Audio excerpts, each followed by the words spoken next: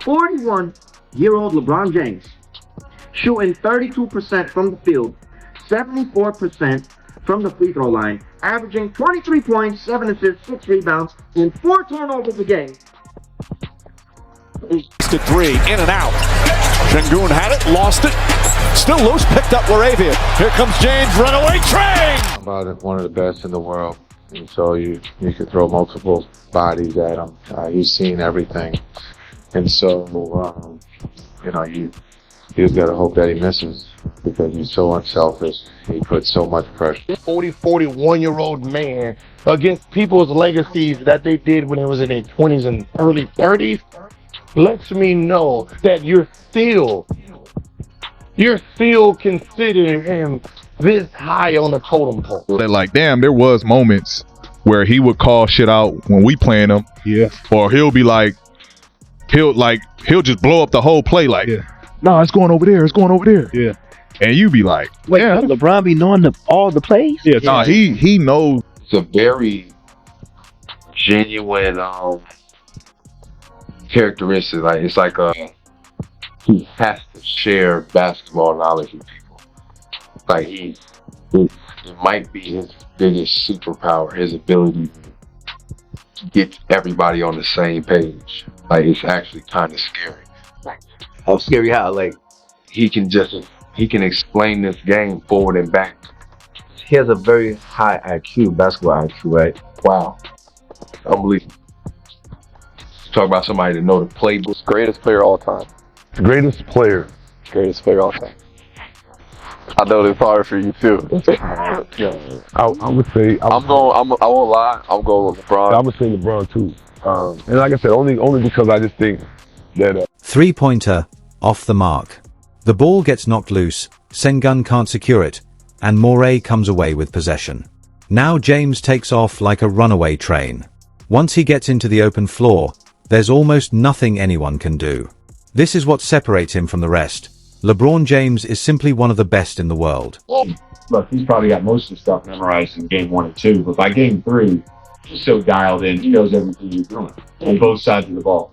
Anything, both sides, player, weakness, strength, plays, and it's hard to find people like that these days. It made me the greatest player of all time.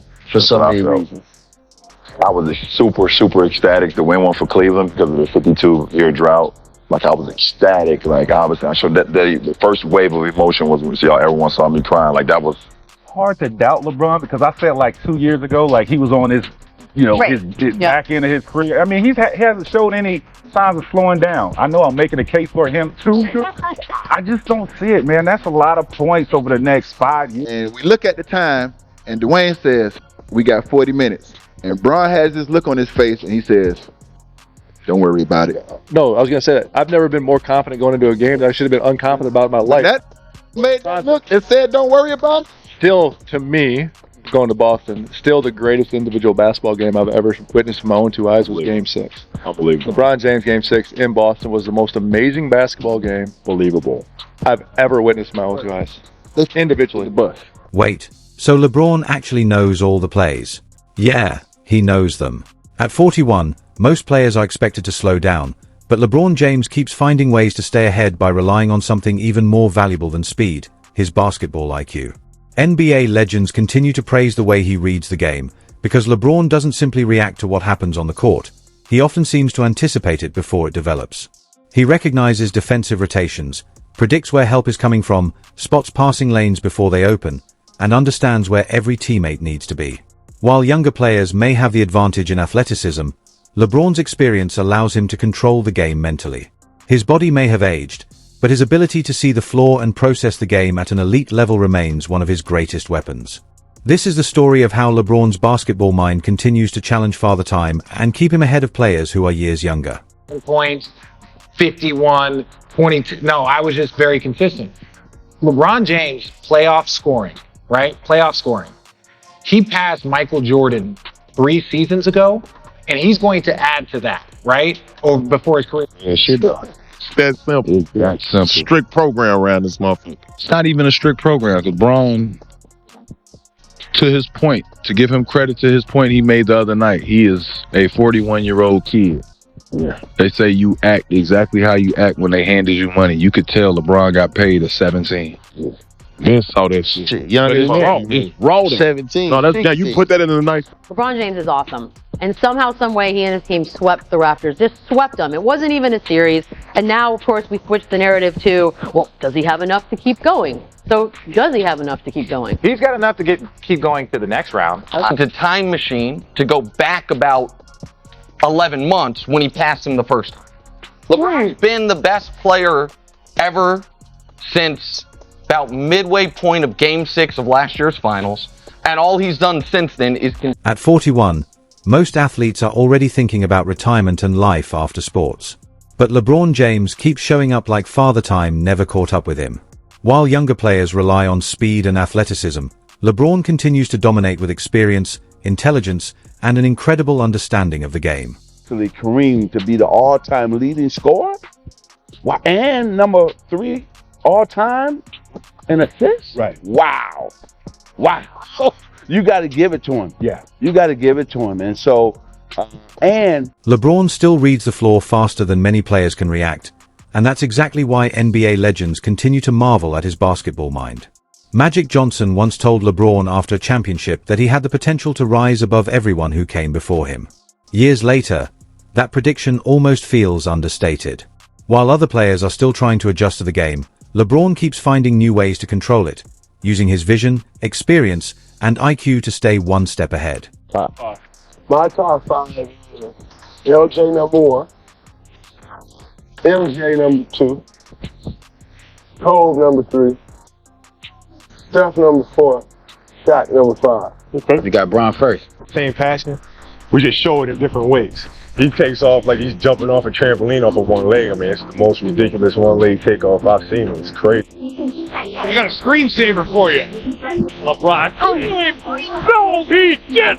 His games that I had was playing together in the Olympics in our 2 years. That was a lot of fun as a competitor and also as a teammate. So like when you're practicing, you're competing against each other day in, day out. That was a lot of fun. And then being teammates together was fun. Then there was Kobe Bryant, who battled LeBron for years and developed a deep respect for his game.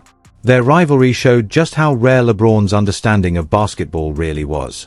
Draymond Green has gone even further, calling LeBron one of the smartest players, and even one of the smartest people he's ever seen on a basketball court.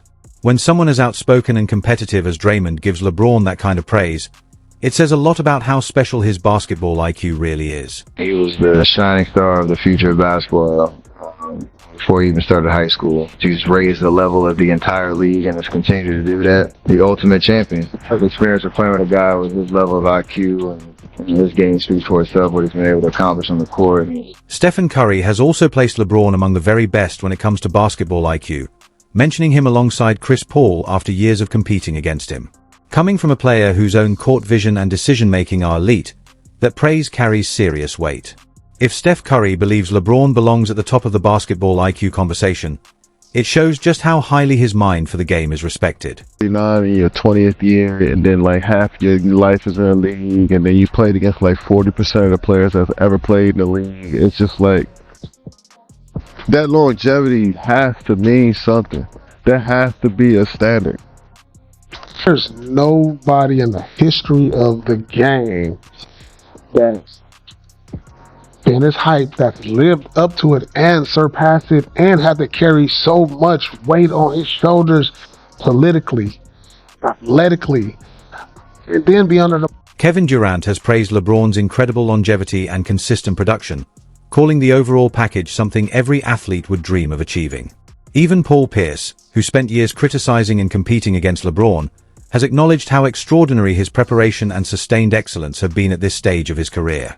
When even longtime rivals give LeBron that kind of respect, it shows just how unusual his longevity really is. Night, who do you like? For me, I look at, the total body of work where LeBron James is as a basketball player. And if I had to pick one over the other, right now I'm picking LeBron James over a Michael. You guys are playing with arguably the greatest player to ever play. And, excuse me when I say this, but y'all treat him like he ain't nothing.